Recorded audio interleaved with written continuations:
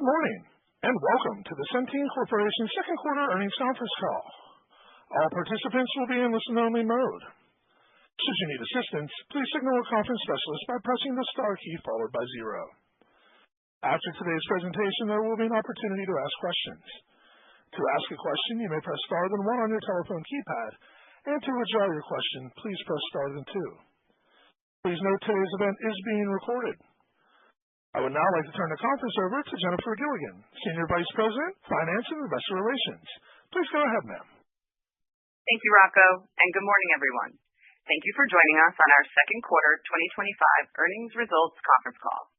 Sarah London, Chief Executive Officer, and Drew Asher, Executive Vice President and Chief Financial Officer of Centene, will host this morning's call, which also can be accessed through our website at centene.com.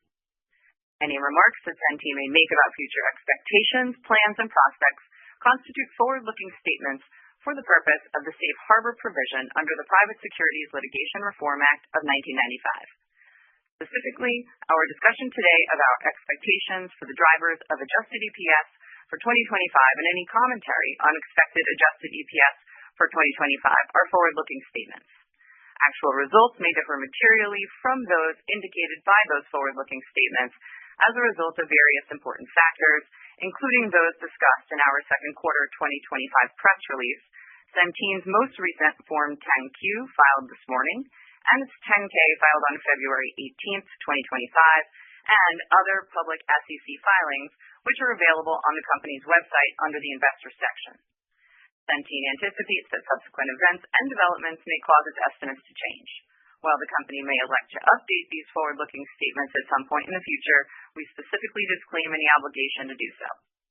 The call will also refer to certain non-GAAP measures. A reconciliation of these measures with the most directly comparable GAAP measures can be found in our second quarter 2025 press release.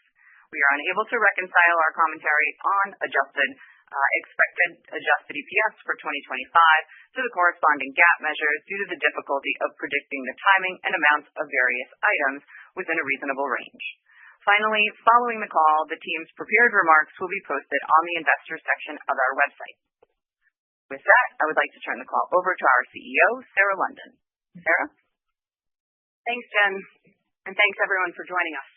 We have a lot to cover this morning, so let me start by outlining a few key elements of my prepared remarks. First, I'll provide more detail on the Marketplace Risk Adjustment Challenge we previewed earlier this month, including what happened and what actions we're taking to mitigate the financial impact with an eye to restoring the book to profitability in 2026. Second, I will address the elevated medical cost trend that drove our higher Q2 Medicaid HBR result, how we are addressing it, and an updated view on the positive progression of Medicaid rates. Third, I'll review our updated outlook for 2025. And finally, I'll share our perspective on how the policy landscape in the wake of the One Big Beautiful Bill Act, or OB3, and how that informs our view of 2026 and beyond. Before we jump in, let's level set with what we printed this morning. We reported second quarter results for 2025 inclusive of an adjusted per-share loss of 16 cents. We are disappointed by this performance and frustrated to have fallen short of the financial goals we set at the start of the year. Our primary focus is restoration of our earnings trajectory, and the entire team is unified behind that goal, operating with a sense of urgency and discipline as we work to improve performance across the portfolio and drive results that will generate tangible shareholder returns. As you will hear, we are aggressively taking actions to put our Marketplace business on a path to recovery and enhanced profitability for 2026. In Medicaid, we have clear line of sight into what is driving our trend, and we are actively pulling the levers necessary to correct our trajectory. And finally, our Medicare Advantage business is achieving significant operational progress, paving our path to break even in 2027 and profitability in the years to follow. With that, let's dig in, beginning with Marketplace. We reported second quarter Marketplace membership of 5.9 million members as the book continued to grow, driving more than $10 billion of commercial premium and service revenue in the period. Revenue in the quarter was negatively impacted by the previously disclosed shortfall in projected 2025 risk adjustment transfer revenue, generating a drag of approximately $1.2 billion in pre-tax for the segment. In addition to the risk adjustment challenge, the underlying performance of our marketplace business was impacted by higher levels of utilization. We have incorporated this elevated utilization into our full year 2025 outlook, which we will address in a few moments. Now let's talk about the risk adjustment challenge in a bit more detail. On July 1st, we announced that with information on approximately 72% of our membership, we were tracking to earnings pressure of $1.8 billion in 2025 as a result of a change in marketplace risk adjustment transfer assumptions. This was based on data from Wakely, an independent actuarial firm that aggregates market growth and morbidity information on behalf of carriers on the individual marketplace. Since this announcement, we have received our additional files and spent meaningful time reviewing the findings. Based on the complete data set, we now expect full year 2025 marketplace earnings to be pressured by $2.4 billion, which represents 100% of the membership impact. Analysis of the full data confirmed a significant shift in the marketplace risk pool in 2025, which we now believe is primarily being driven by three things.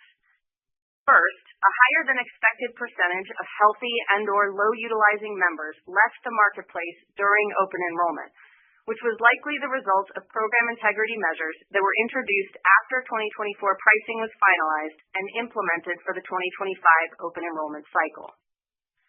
Second, new signups to the market had higher morbidity, likely reflecting changes in the underlying member mix from redeterminations and those same program integrity guardrails deterring new healthy signups in 2025. And third, a step up in marketplace utilization more broadly, combined with more aggressive provider coding, is likely driving higher in-year documented morbidity.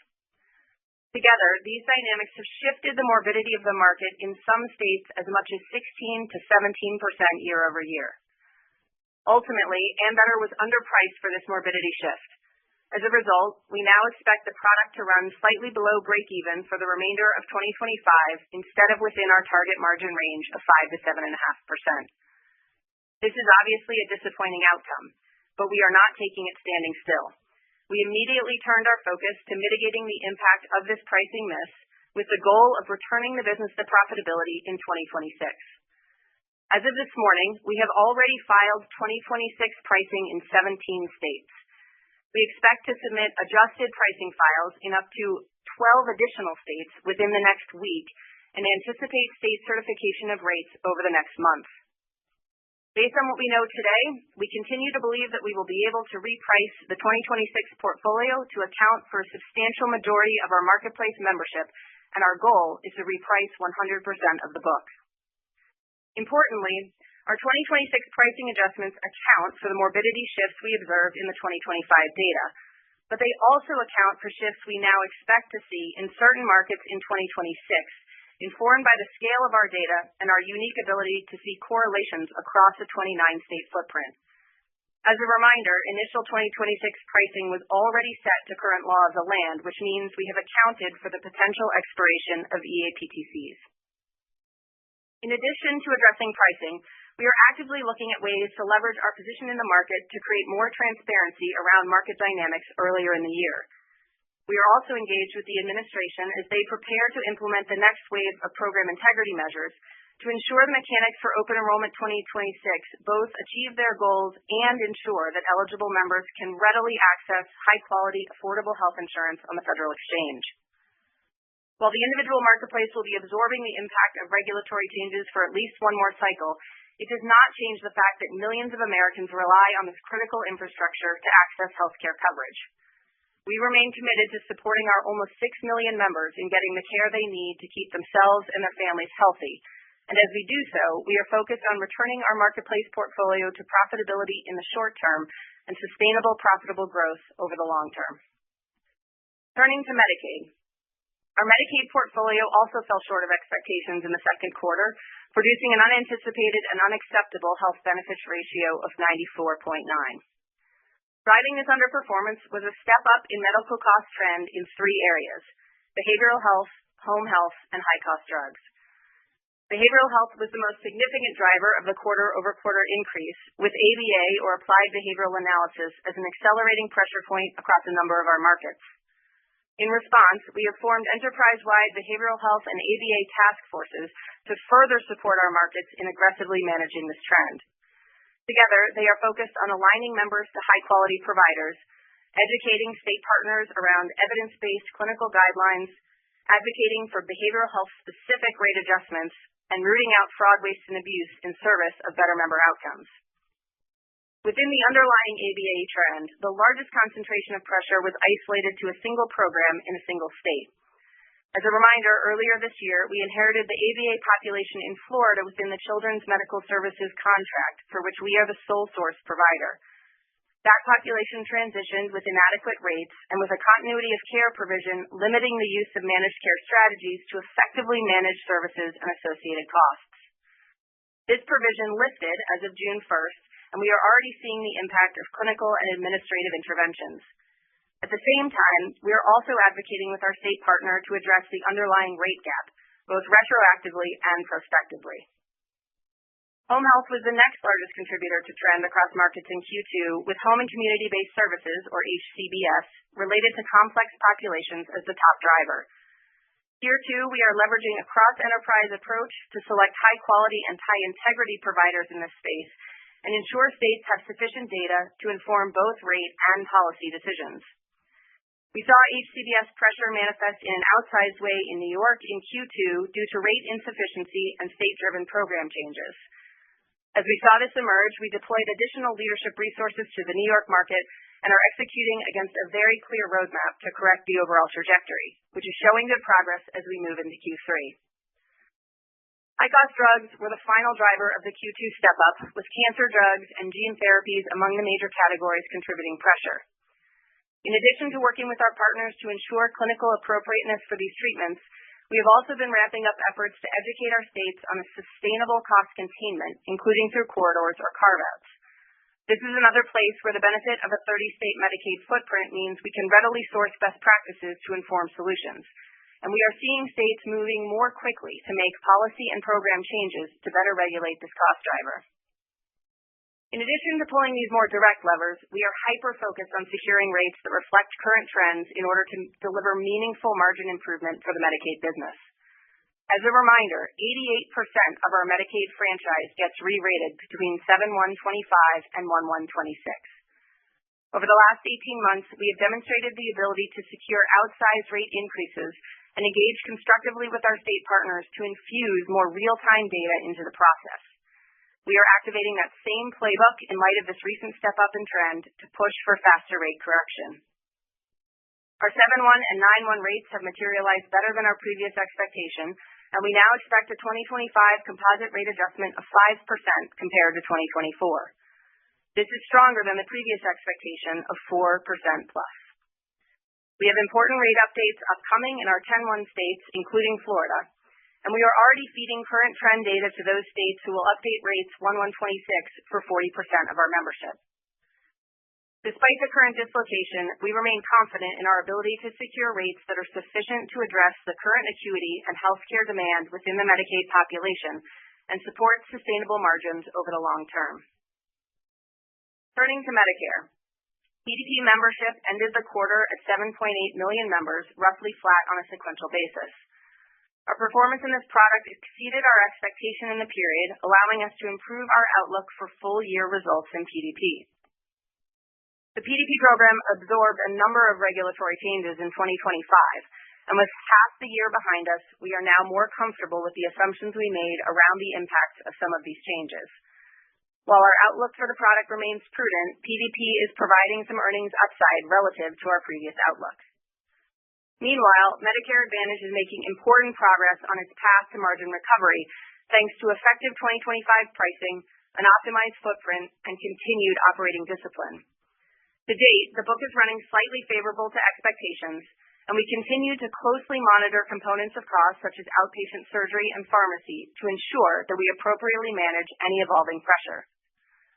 Relative to Stars, we are pleased with our continued performance improvements across multiple categories, and particularly with gains we have seen in our clinical measures for members with chronic illnesses.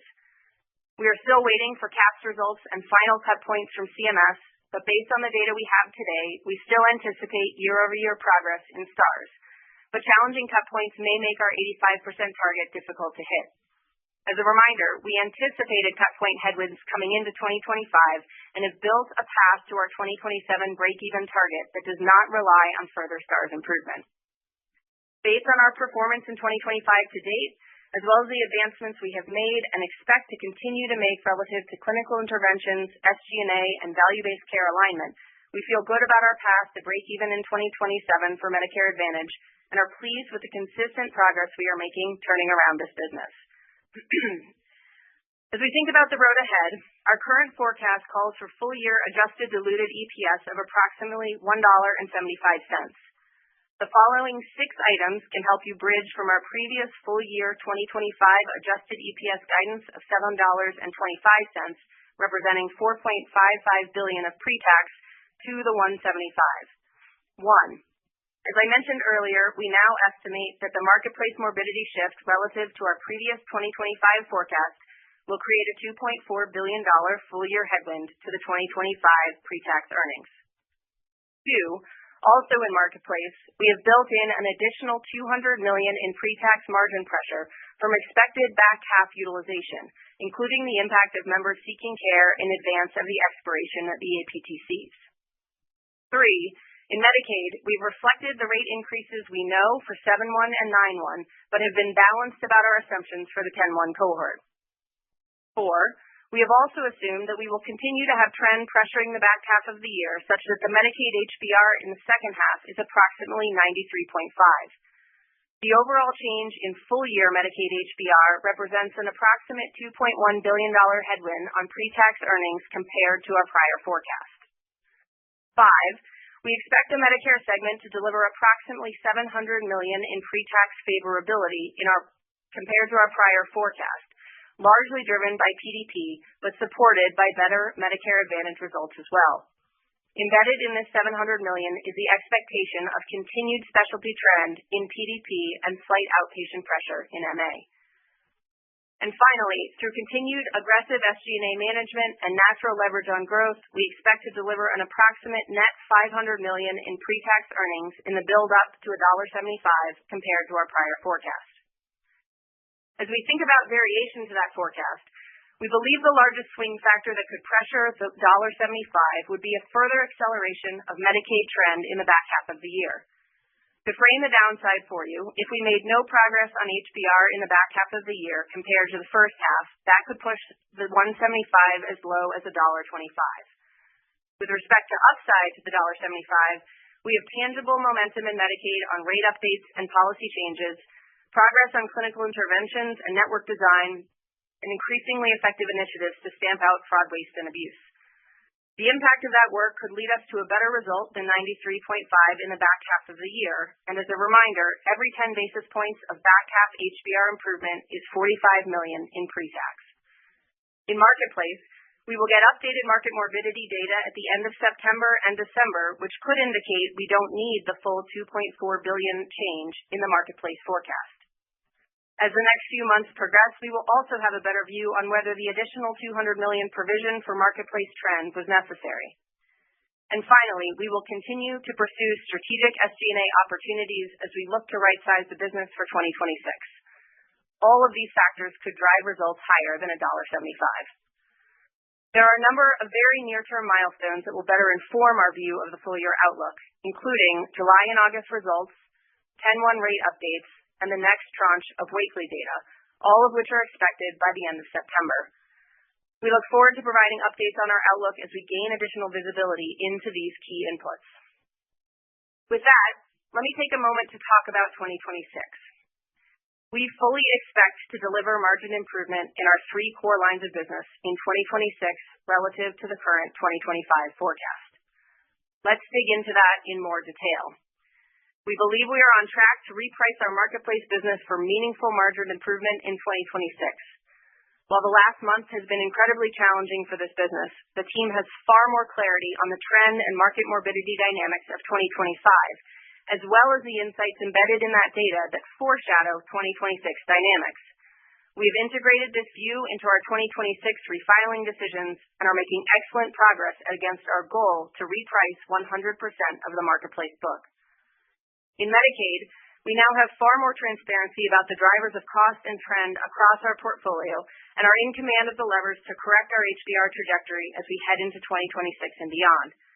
With 88% of the book re-rating over the next 6 months, momentum around policy changes, and enterprise-aligned execution on key initiatives, we are confident we can meaningfully move the Medicaid HBR in the right direction over the next 12 to 18 months. And finally, armed with strong rates and operating discipline, our Medicare Advantage business will continue to make solid progress in 2026 on its path to break-even in 2027. Our industry is always evolving, and it is our job as a business to evolve with it. We have spent the last 3 years fortifying our platform, and over the coming months, we will pressure test each of our markets for the future conditions necessary to support sustainable, profitable growth. We will harvest additional synergies across the platform, lean harder into places we can leverage our unique size and scale, and work to ensure we have the strongest and most resilient platform to support the new normal that lies ahead. To that end, a comment on the policy and legislative landscape. We view OB3 as having established a new and stable policy floor for our programs, and we are actively developing a multi-year implementation strategy. Many of the Medicaid provisions include runway for implementation, allowing us to leverage the strong partnerships we have at the state level to help maximize the impact of taxpayer dollars and maximize coverage for vulnerable members. On the marketplace side, as you heard, we have the benefit of an early look at program integrity impacts and are baking that into our revised 2026 pricing.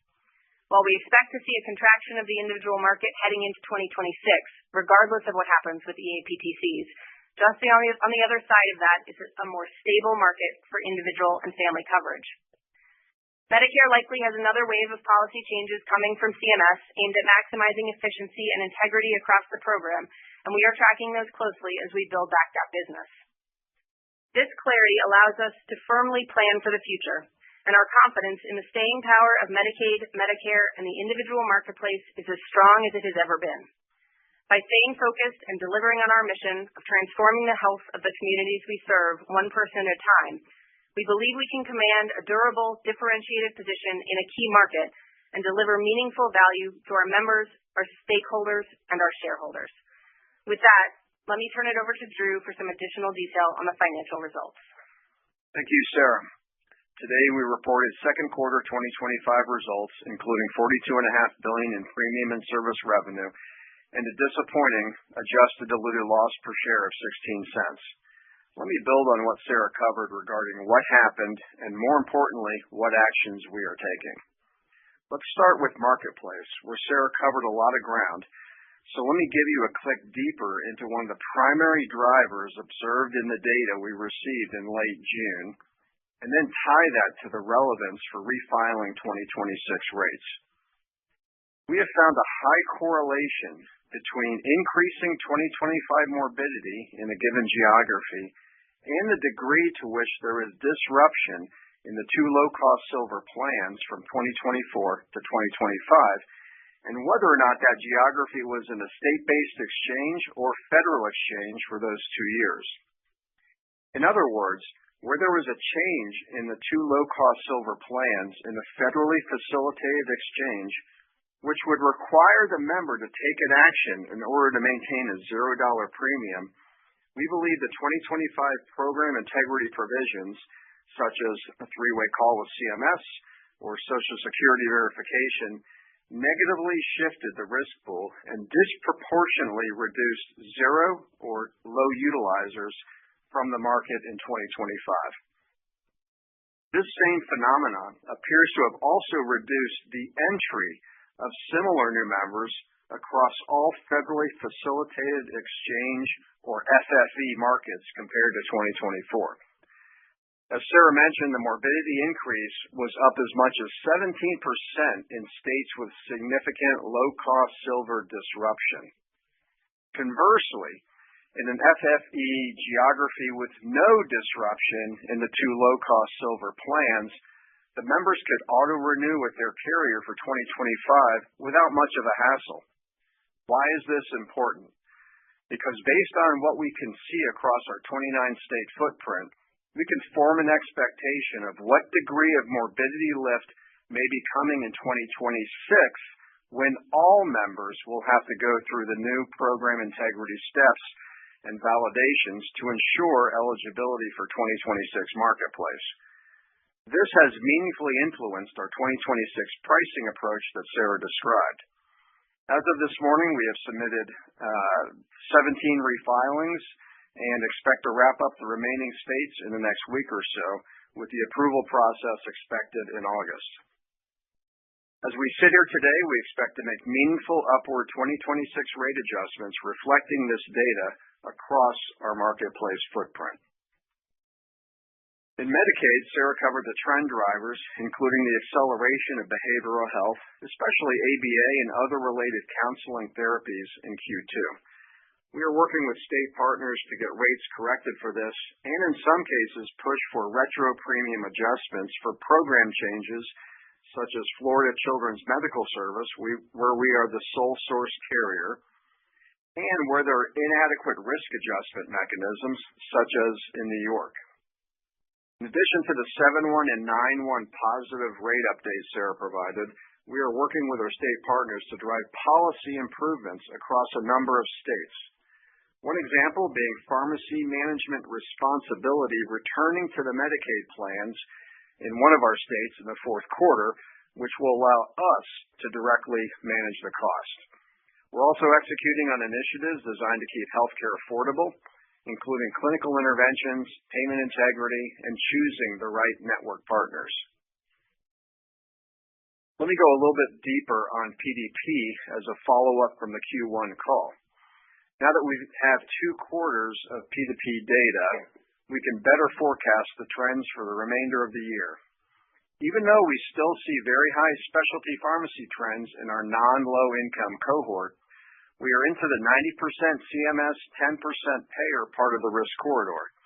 This should provide us with earnings protection and reasonable predictability, though we will continue to build a receivable from CMS, which will be increasingly visible in our cash flows in the back half of the year.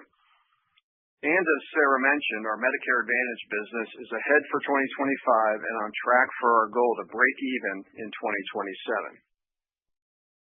Moving to consolidated enterprise topics, cash flow provided by operations was $1.8 billion for Q2, primarily driven by improved timing on pharmacy rebate remittances. Unregulated cash on hand at quarter end was $234 million. We do not have any further 2025 share buyback in our current forecast, but will remain open to opportunistic buybacks as we continually assess market conditions and changes in our cash positions. Our medical claims liability at quarter end represents 47 days in claims payable, a decrease of 2 days as compared to the first quarter of 2025, driven by the timing and types of claims, as well as the impact of state-directed payments. And as a reminder, 2025 DCP is structurally lower than 2024 DCP due to our PDP revenue increase resulting from the Inflation Reduction Act and the speed at which pharmacy claims complete compared to medical claims.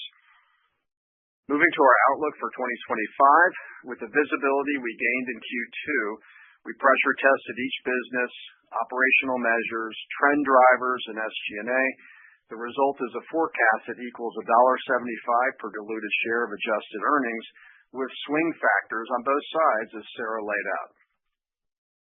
A few more miscellaneous items that might answer a couple of questions in advance. One, we expect our full-year adjusted tax rate in our forecast to be around 19%, which could vary depending on the actual level of pre-tax earnings. Two, given our market cap change, coupled with the passing of the OB3 in July, we will be going through a goodwill evaluation and test in the third quarter, which prevents us from being able to reconcile prospective adjusted EPS elements to a GAAP equivalent. And three, our premium and service revenue outlook for 2025 has increased to approximately $172 billion, including approximately $89 billion in our Medicaid segment, $41 billion in our commercial segment, $37 billion in the Medicare segment, and $5 billion in other. There is substantial future earnings power in this revenue base. Coming back to the big picture, there's a real opportunity to make meaningful margin improvements, and these are good long-term businesses.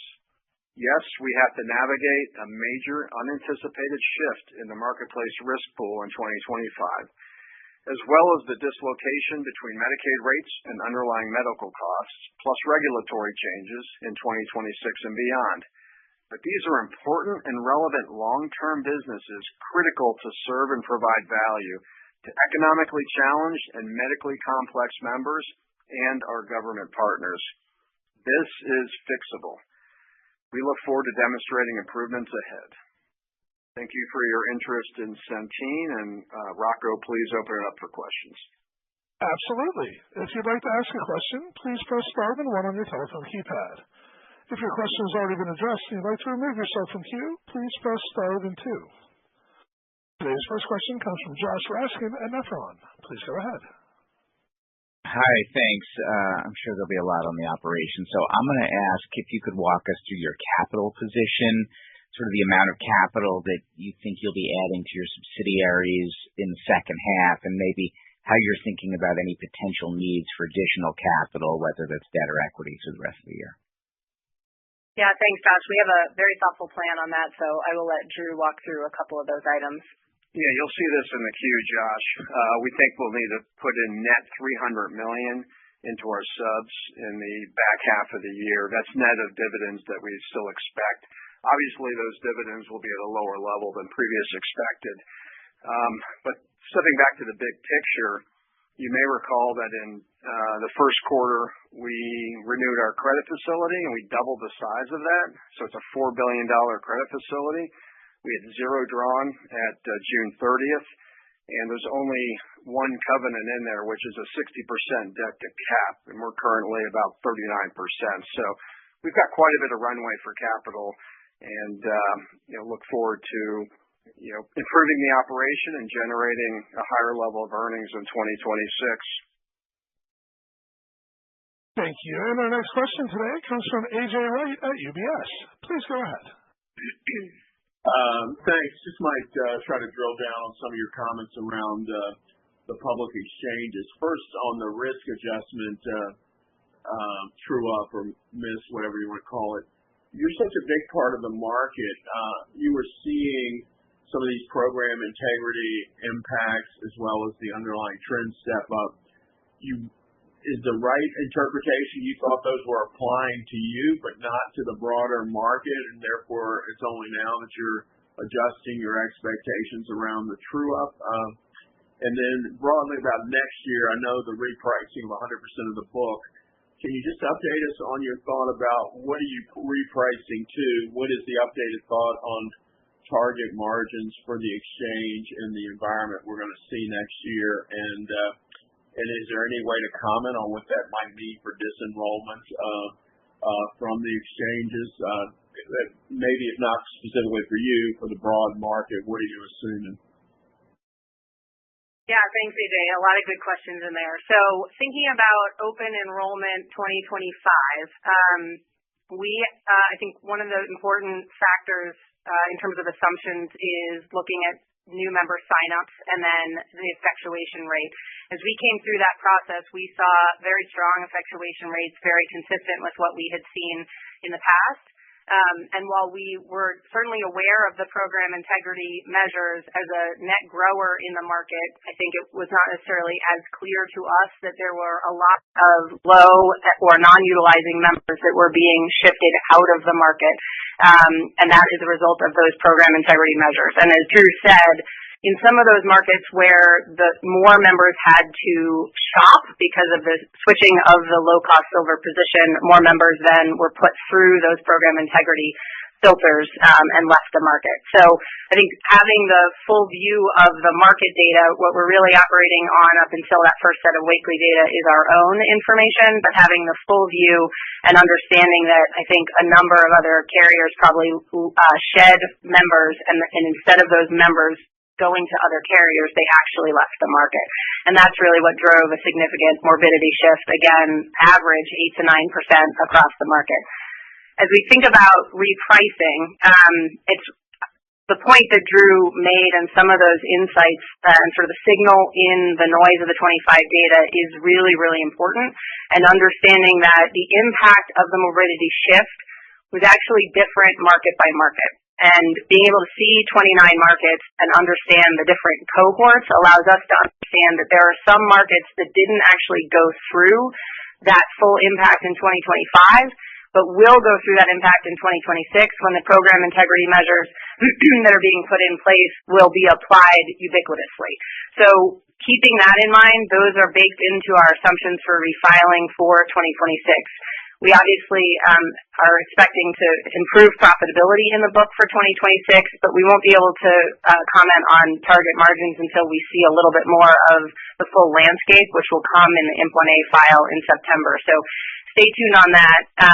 Relative to disenrollments for 2026 and sort of overall market contraction, again, the commentary on what we saw in those markets that were most disrupted in 2025, I think are really not just a foreshadowing of what's going to happen in 2026, but I actually think what we experienced in 2025 was in some ways a pull forward of the impact that we would have otherwise expected in 2026, which means that we have already absorbed some of the market contraction that we would have otherwise estimated for 2026. So again, also baking that into our assumptions, pricing based on an expectation of law of the land, so accounting for the fact that enhanced APTCs would expire.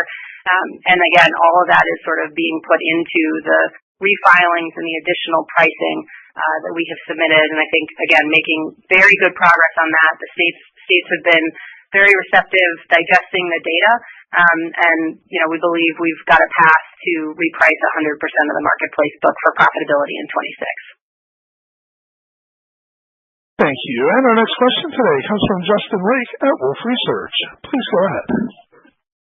Thanks. First, just a quick follow-up from your answer to Josh's question. I think I heard Drew say that you expect to generate higher earnings in 2026. Just wanted to confirm that in any color. And then my question's on Medicaid. Your guidance for the second half of the year implies 140 basis points of improvement from the 94.9 you reported in 2Q. It's fairly differentiated in terms of the slope versus your two peers who are actually assuming Medicaid deteriorates from the second half versus Q2. So I'm just curious, Drew, is there anything in your second quarter reported MLR, such as negative intra-year development, that might make it the wrong jump-off point, or anything else we should consider in terms of 2Q versus the back half that might be different versus your peers? Thanks. Yeah, thanks, Justin. So both Drew and I talked about the fact that we expect to deliver margin improvement in all three lines of business in 2026 and therefore earnings improvement. So obviously too early to talk about guidance for 2026, but we've talked about sort of the progress that we expect to make in each of the lines of business. Let me talk about Medicaid specifically, because that's obviously a big piece of it, and break down sort of what we saw in Q2 a little bit more and how that relates to how we think about the back half of the year. So obviously not pleased with a 94.9, but if we break it down a little bit more, as I said, what drove that was an acceleration of trend in the quarter in those three areas. So behavioral health, which is about 50%, with ABA as sort of primary driver underneath that. Home health is about 30% of the total. Again, HCBS is sort of the big category, and then high-cost drugs was the rest. Important to note that we aren't seeing broad-based trends. So inpatient looks fine, ED looks fine, PCP is right on track. We also saw a concentration of that trend acceleration in a small handful of states. So we've got a small number of states, too, that we called out, Florida and New York, that really account for the majority of the miss in Q2.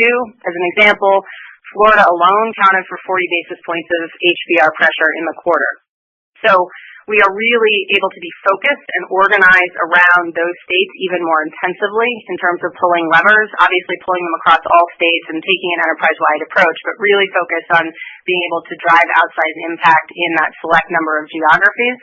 Those, levers include appropriate utilization management, helping states understand where they've got opportunities relative to clear clinical policy guidelines. This is a big thing in both HCBS and behavioral health. States are still sort of evolving their perspective on what appropriate dose duration looks like. We're optimizing networks, ensuring that we've got highest quality providers. We're aligning members to those providers. and then pretty aggressively stamping out fraud, waste, and abuse, which is not talked about as much, but we are seeing a much higher prevalence of that in the behavioral health space, partly because of the fragmented provider base.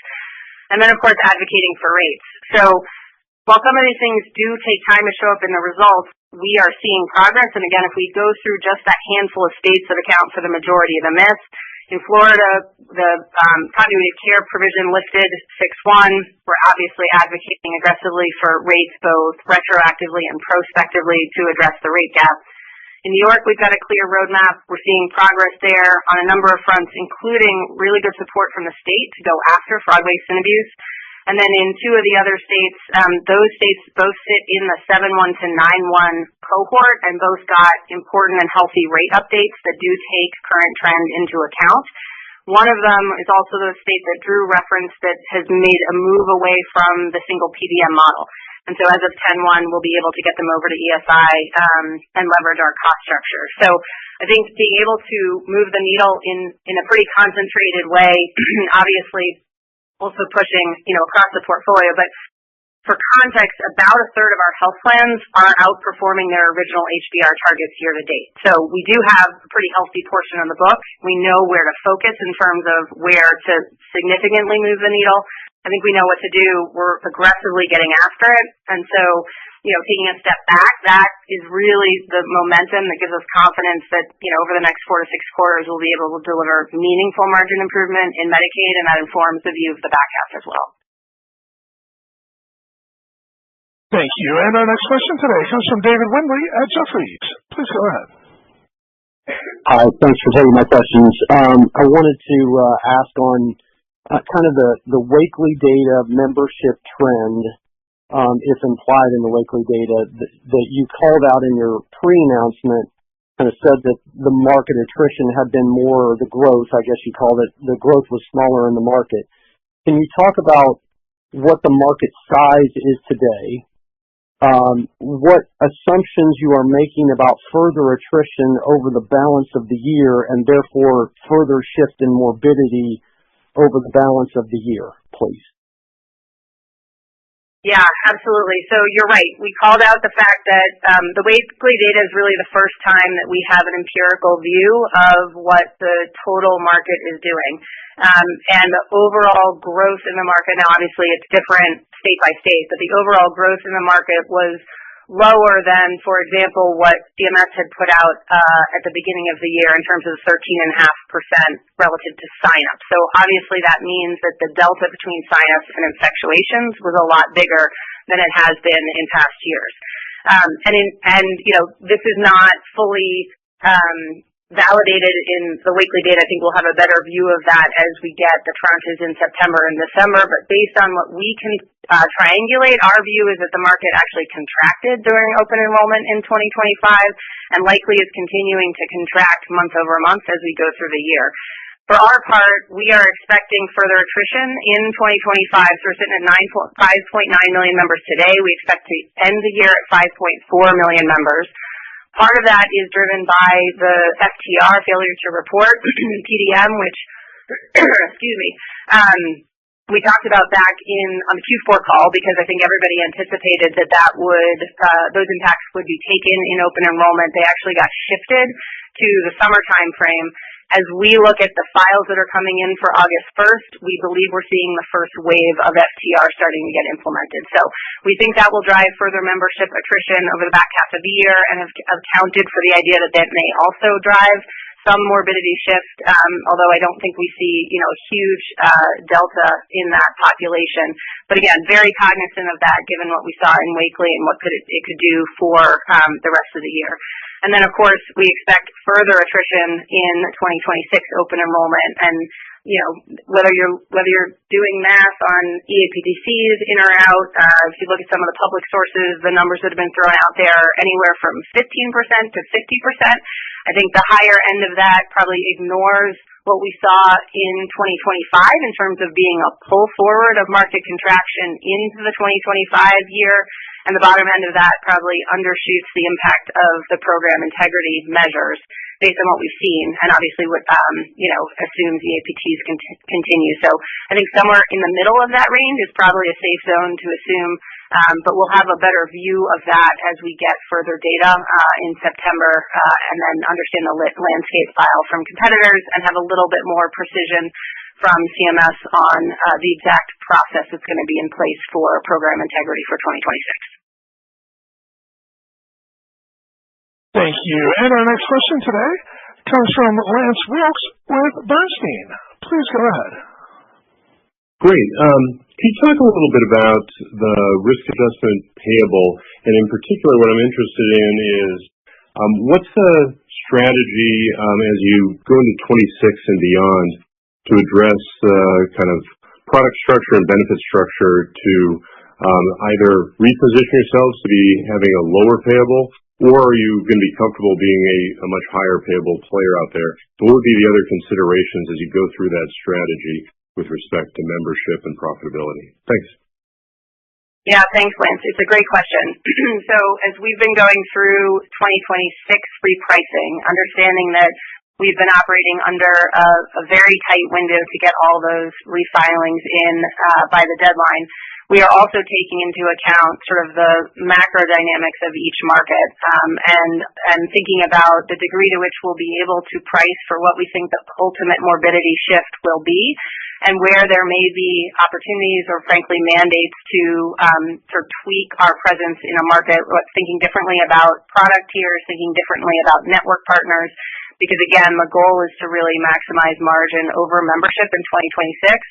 And then I would say as we think about 2027 and beyond, I'll make this comment for Marketplace, but I think it's true across the portfolio, is that it's an opportunity for us to take a step back and make sure that we really have a portfolio in each line of business that is optimized for our goal of delivering sustainable margins over the long term. And so that'll be a process that I think we can do, as we step into 2026 and think about 2027 pricing. Relative to the payable receivable dynamic, that is obviously an inherent dynamic in the marketplace.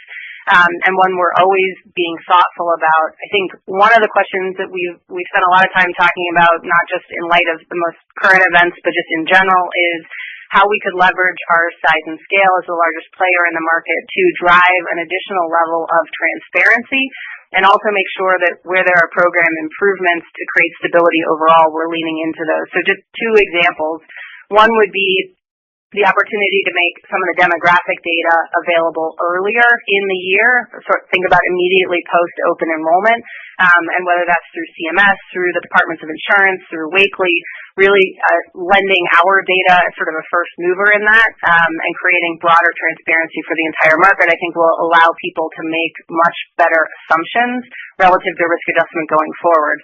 And then the second would be working with the administration so that where there are policy or process changes, that they are locked down before pricing is due. And so I think this is something that we see in Medicare that's more mature, but part of the program integrity changes that went into effect late last year were introduced after pricing. And so making sure that if there are going to be changes, that all carriers have visibility to those and can integrate them into their pricing is absolutely going to drive more stability long term. So those are conversations that we're actively having and have thoughts on. I think continue to just look at ways that both in our own forecasting, but then also in how the market operates overall, we can ensure that this is as stable a platform as possible, because we do believe that it is a really important platform for individual and family coverage. And as we've talked about a lot before, we are very optimistic that it is actually sort of the ultimate platform for how individuals and families purchase healthcare coverage. And we can talk about the momentum we're seeing around ICHRA, the momentum we are driving around ICHRA, but obviously part of the exact same risk pool. So it's really important that we get the underlying programmatic elements right in order to make sure that we can grow that risk pool, which will ultimately bring down premiums, bring down cost of subsidy, and create more affordable options for Americans. Thank you. And our next question today comes from Kevin Fischbeck at Bank of America. Please go ahead. Okay, great. Thanks. I just wanted to go back to the Medicaid discussion. You made a number of comments about, progress or substantial progress over the next 12 to 18 months. Does that mean that you don't expect to be back to target margins in Medicaid in 2027? And it sounds like a lot of what you're pointing to in the pressure in Medicaid is about cost trend. I think some of your peers have talked about risk pools, changing as well. So just any color you have on that side of it, because it does seem like there's going to be additional membership losses in Medicaid over the next several years, and whether you think that's going to be another difficulty in getting back to target margins in Medicaid. Thanks. Yeah, Kevin, thanks for the question, and welcome back. I went through sort of a number of the levers that we're pulling around driving improvement in the overall Medicaid book. Again, focused in the areas where we've got trend, focus in those geographies. When I think about the momentum that we are seeing, and again, sort of take a step back, having sort of wrestled the tale of redeterminations over the last 18 months and then the step up in trend, we continue to see progress in terms of our ability to have productive discussions with the states relative to rate, integrate more real-time data, have those actuaries thinking about how trend shifts and risk pool shifts can be more quickly integrated into the view. And I think we're seeing that in terms of both the rate increases that we've gotten, as well as what we're seeing for 7/1 and 9/1, and continue to push going forward. So the question is, to your point, is really when, not if. And I think as we think about the next couple of quarters, I think you introduced correctly the piece that we're going to want to be thoughtful about as we set the recovery trajectory for Medicaid, which is that as we move into 2027 and 2028, we will have, assuming they get upheld on the other side of midterms and implemented on time, we will have some of the OB3 impacts to consider. So things like work requirements, 6-month verifications, and we do think that will shift the risk pool slightly because it will cause members to lose coverage. Obviously, having gone through a version of redeterminations, we are smarter now about how that may shift the risk pool, but I think we want to take that into account as we think about both what the recovery trajectory is and what the long-term run rate is for HBR margins. But if you ask me, over the next 4 to 6 quarters, as we think about 27 and beyond, are we going to improve the Medicaid margins? My answer is yes. And I think we have the ability to take into account those impacts and be thoughtful about not overshooting as we get into 2027 and 2028. But again, we continue to push hard on the various levers that we can control, and I think are seeing a different kind of conversation with the states about being more prospective in the rate setting, and frankly, also thinking about the fact that in this kind of environment with the level of disruption that we've been going through and some of the additional changes that are forthcoming, that resetting rates in Medicaid on an annual basis probably doesn't make sense. And so a number of states, although we don't talk about it a lot, a number of states actually do leverage a mid-year rate cycle to address or assess where we stand. And I think we have seen, again, over the last 2 years, states leveraging more of those mid-cycle conversations to think about how trends are shifting in real time. And that is a place that we are leaning hard into from an advocacy standpoint, and I suspect that we will get support from our peers on that as well. Thank you. And our next question today comes from Stephen Baxter at Wells Fargo. Please go ahead. Hi, thanks. I just wanted to follow up on Justin's question, going from the second quarter MLR to the 93.5% for the back half. You gave us a pretty good sense on, the rate side of things, but it seems like, the vast majority of that rate needs to basically drop through with minimal cost growth in order to make that MLR achievable. I was just hoping you could talk a little bit more about the cost assumptions that you're making in the back half of the year, and then any kind of sense of what you're expecting in terms of membership in Medicaid for the rest of the year would also be helpful. Just wondering if you're planning for more attrition or any kind of impact on some of the CMS announcements that have come out recently. Thank you. Yeah, sure. Thanks for the question.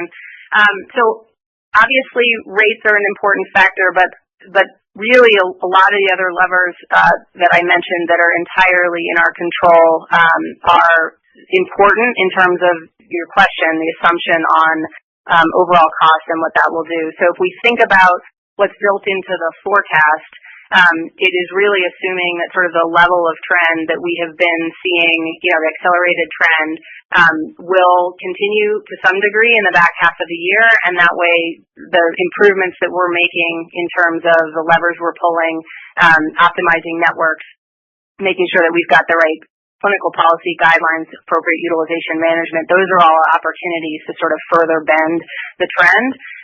And then I'll let Drew talk a little bit about the membership assumptions that we have baked in for the back half. Yeah, thanks for the question. And so we'll start with rate first, because you mentioned that. We're getting 5%, about 5%, and that's 29% of our revenue stream in the third quarter. That breaks down 20% on 7/1 and 9% on 9/1. And then we've got another 19% on 10/1 in terms of the proportion of the revenue for the year. And we think we've made a really prudent assumption there as we're pushing those 10/1 states for appropriate rate increases. On the cost side, when we take a look at the trajectory of med expense PMPMs, we've baked in over 4% lift in the second half of the year versus the first half of the year. So we think that's appropriate given what we've seen. And there's a lot of things that we're not betting on, we're not baking in, including, I mentioned in my script, the Florida. We absolutely need and can justify and deserve a retro for the Children's Medical Services population. That is not in our forecast as one example, and as well some of the risk adjustment improvements that we need in the state of New York. So we've been really, we think, prudent with the back half forecast, but don't underestimate the power of that revenue coming in. The 88% between 7/1 and 1/1 of 26. Thank you. And our next question today comes from Andrew Mok at Barclays. Please go ahead. Hi, good morning. Just wanted to follow up on the ACA outlook for next year. I think in the prepared remarks you said that ACA was slightly below break-even margins this year, and you're targeting to restore that back to profitability, which I think could be interpreted as very modest margin improvement. Then you later said that you're repricing for meaningful margin improvement. So can you, one, help clarify and level set the expectations for margin improvement next year, and maybe walk us through the framework for the range of outcomes on both margins and membership? Thanks. Sure. So you're right that we are expecting to operate slightly below break-even for 2025. We are pricing to return to profitability in 2026. It is too early to understand whether, what sort of that range will be. But as we thought about the refiling and the pricing that we're putting in state by state, as I mentioned, we're very focused on margin over membership.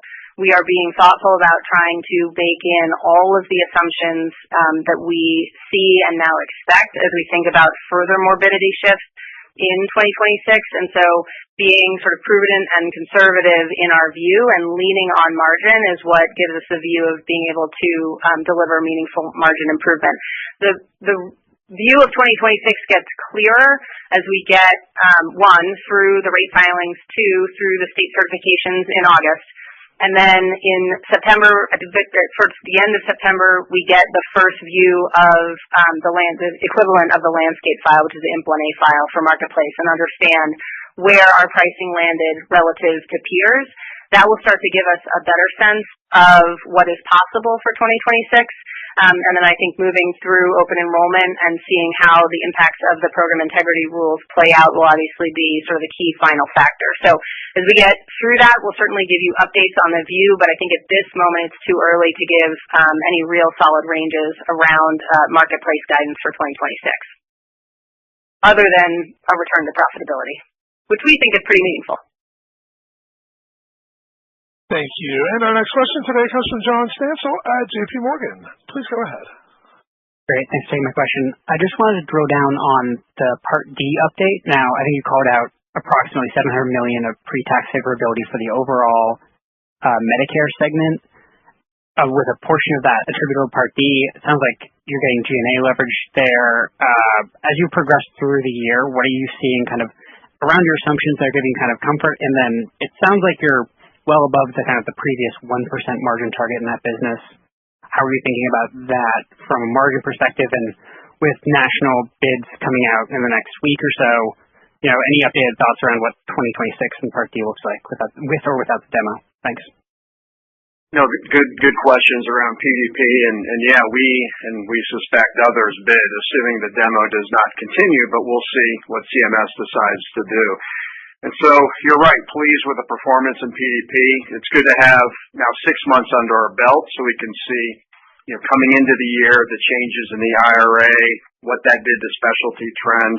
And you're right, we're north of our 1% budget margin. Of course, we bid for a higher margin than 1%. But that's where we started our initial guidance at. So really pleased with what we're seeing.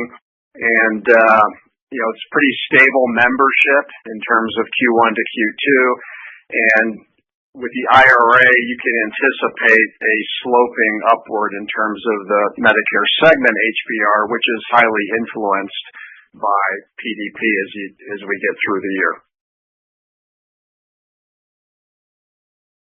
Thank you. And our next question today comes from Sarah James at Cantor. Please go ahead. Thank you. Can you talk about how exchange progressed through the quarter? So was there a trend acceleration in claims or a noticeable market risk pool deterioration in June compared to earlier in the quarter? And if so, are you assuming that it continues to accelerate throughout the end of the year? Sarah, thanks for the question. Just to clarify, you're asking about marketplace and exchanges? Yes. Okay. Yes, absolutely. Yep. So again, as we talked about, sort of the biggest factor for marketplace was the morbidity shift, but we also saw broad utilization across categories. So that's inpatient, outpatient, ER, PCP. And as we said earlier, but continued, the new member trend was more significant than renewing members. I think there have been a number of interesting hypotheses about what's driving that. One that has been put forward is the idea that there are redetermined members from Medicaid that have moved into marketplace and are driving that trend. What's interesting is, obviously having the largest Medicaid and marketplace book, we looked at that, and the volume of shifting members from our book to book in 24 and 25 was actually not different. I mean, almost exactly the same. What is interesting is that we are seeing higher utilization in the 2025 cohort, which does suggest that there is sort of a step up in demand among the population. I'll also take a step back and just make an observation from a behavioral economic standpoint. If you think about marketplace and Medicaid members, what these folks have been hearing from every major media outlet for the last 6 months is that Congress is going to take away their health insurance. And that, I think, does drive a certain level of behavior when compounded with macroeconomic uncertainty. We've seen this before in healthcare and health insurance. And then those folks are coming into the system and colliding with a provider ecosystem that is largely still operating in a fee-for-service manner, is concerned about losing revenue, and that's where we're seeing, I think, some of the aggressive billing and coding. So all of that collides to that sort of third point I mentioned, which is a higher step up in documented morbidity that is being connected to utilization. Now, to your specific question, we didn't see, any specific, we're sort of seeing that level of utilization pretty consistent, and we are expecting and have baked in, which you heard in my remarks, trend in the back half of the year consistent with that, as well as a potential step up related to folks using the system in advance of a potential expiration of enhanced APTCs. Now, what I think will be interesting to see is whether some of the pressure we've seen in the first half of the year actually represents essentially preemptive demand or a seasonal shift, and we've already accounted for some of that utilization in advance of the expiration of the subsidies, but we have accounted for it regardless, just in an effort to be prudent as we think about the back half of the year. Thank you. And our next question today comes from Ann Hines at Mizuho Securities. Please go ahead. Hi, good morning. In your remarks, you talked about you see an increase in morbidity really driven by coding. Can you just talk about what states you're seeing that in. I think you said it's in a few states. What type of providers you're seeing increased coding. And I guess going forward, how do you underwrite as an insurance company for coding changes? Because if there's a behavior change, that might be difficult to capture. Thanks. Yeah, so again, I think the coding intensity, I don't think we have empirical data around. I think it's, again, somewhat speculative, but given what we're seeing, and we've got a number of other folks who've corroborated that, the recent Wakely report that came out earlier this week spoke to that as well. It's really for us an extrapolation off of what we're seeing in terms of patterns. There are definitely very clear areas where we have seen a step up in coding intensity, partly driven, I think likely by revenue cycle activity at hospitals. And so, there are very targeted areas that we are focused on there and making sure that as they integrate AI into the revenue cycle, we're integrating AI into payment integrity to make sure that we are sort of keeping pace with all of that. I do think that some of this idea of the coding intensity we're seeing, as I mentioned earlier, is a little bit of the behavioral economics byproduct of folks seeking services because of scarcity and fear of loss, and then providers concerned about revenue, and those two things colliding. So there aren't specific geographies where we would call out, pressure points in markets. I think, if you think about the larger hospital systems, that's probably where some of that sophistication is more likely to manifest. And knowing that, that's obviously, part of our thoughtful investment as we go forward to make sure that we are, good stewards of taxpayer dollars. We're staying on top of opportunities for waste, fraud, and abuse. And just, being thoughtful about the fact that as more members, use services, we will see higher documented morbidity as we catch the overall acuity and can adjust for that going forward. So I think some of this, in some ways in marketplace, what we're seeing is a little bit of a version of redeterminations and getting a clearer picture, redeterminations for the marketplace, right? So similar to what we saw in Medicaid, and getting a clearer picture of what the baseline morbidity of that population is. So not really concerned that coding intensity is sort of going to get away from us. I think that's pretty normal course, and we're paying attention to, where we need to get out ahead of that. Thank you. And our final question today comes from Michael Ha with Baird. Please go ahead. Thank you. Quickly first, on exchanges in the back half guide, I know you mentioned assumptions on induced utilization, FTR rechecks, morbidity shifts, but was there anything included on CMS's identified duplicative members, how that could impact the risk pool, and are there any other meaningful buckets worth calling out? And then, apologies in advance for this longer question, just following up on Kevin's question, to understand despite the shift in the landscape, you still believe the staying power of Medicaid is as strong as ever. But as we look to 27 work requirements, I understand the actual percentage of Medicaid lives who are able-bodied expansion adults is rather small, but just based on our channel checks and talking to enrollment analytics professionals, the fear seems to be more on the negative precedent that redetermination set on procedural disenrollment if members who shouldn't even qualify end up being required to submit any type of paperwork. They fail to do so. You see outsized procedural disenrollment. That drives further margin pressure in the next few years. So when you think about that and the learnings from your recent redeterminations and what Centene can apply on your own end to help avoid that, wondering what are those tactics or best practices that you can implement? Thank you.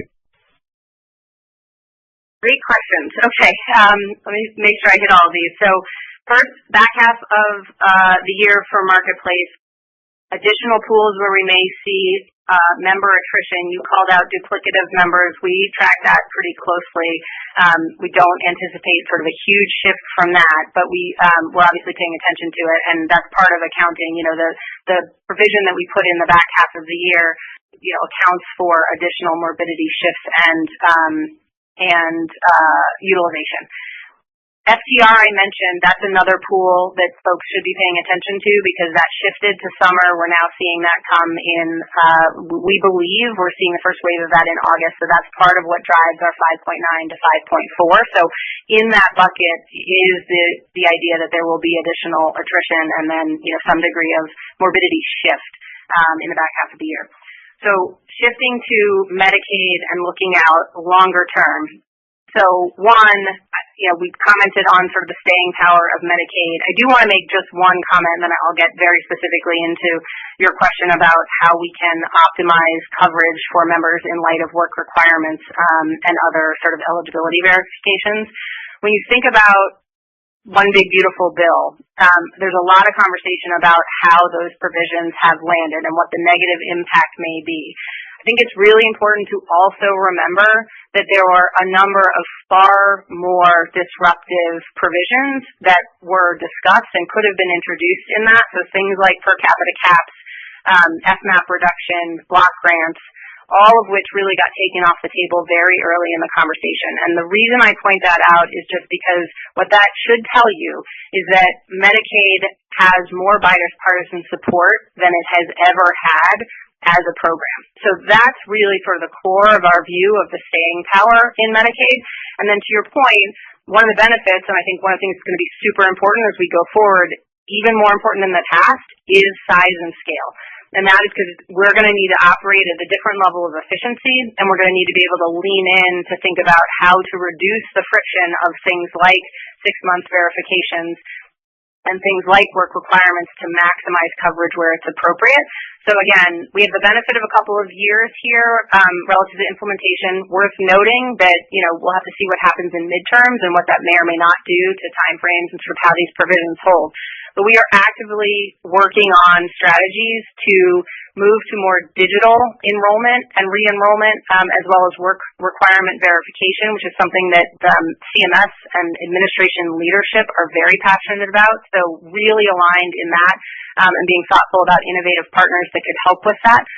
We have a history, because we have states that have work requirements, of actually helping members get work and work programs. And so ramping those up and thinking about how we can make sure that folks who are doing good work or are going to school or are serving as caretakers are really correctly documented as such. And then the last thing I will point out, which is a very small win that went by that nobody's really talking about, but we talked about it a lot during redeterminations, was the idea that because of TCPA, we historically had a harder time reaching out to members digitally. But one of the things that's very deep in OB3 is actually a change to that, which I think opens the opportunity for a different level of digital interaction with Medicaid members. And that's something that we need to push hard on to make sure that both the verification process and the work requirement documentation process take advantage of that. And I think that will help, again, make sure that where members are eligible, they get coverage. And then, continue to work state by state to ensure that as the state's view of what, able-bodied is and the degree to which they want coverage for those populations, we are good partners, and ultimately maximize the coverage for vulnerable Americans. Thank you. This concludes our question and answer session. I'd like to turn the conference back over to Sarah London for closing remarks. Thanks, Rocco. And thanks, everyone, as always, for your thoughtful questions and your interest in Centene. We look forward to providing updates as we have in additional visibility in some of these key milestones that we've talked about this morning over the next few months. I do want to end today by addressing the many members of the Centene who I know are listening this morning. Over the last 3 years, you all have done tremendous work to transform this organization, and these results do not reflect this progress, nor what you do every day to ensure that our members get the care and the support that they need to lead healthy lives. We are operating in unprecedented times, and we have hard work ahead of us, but I have total confidence in this team's ability to tackle those challenges and to deliver meaningful results. We are on a mission to transform the health of the communities we serve, one person at a time, and there is no team I would rather be on this mission with. Thank you all. Thank you. This concludes today's conference call. We thank you all for attending today's presentation. You may now disconnect your lines and have a wonderful day.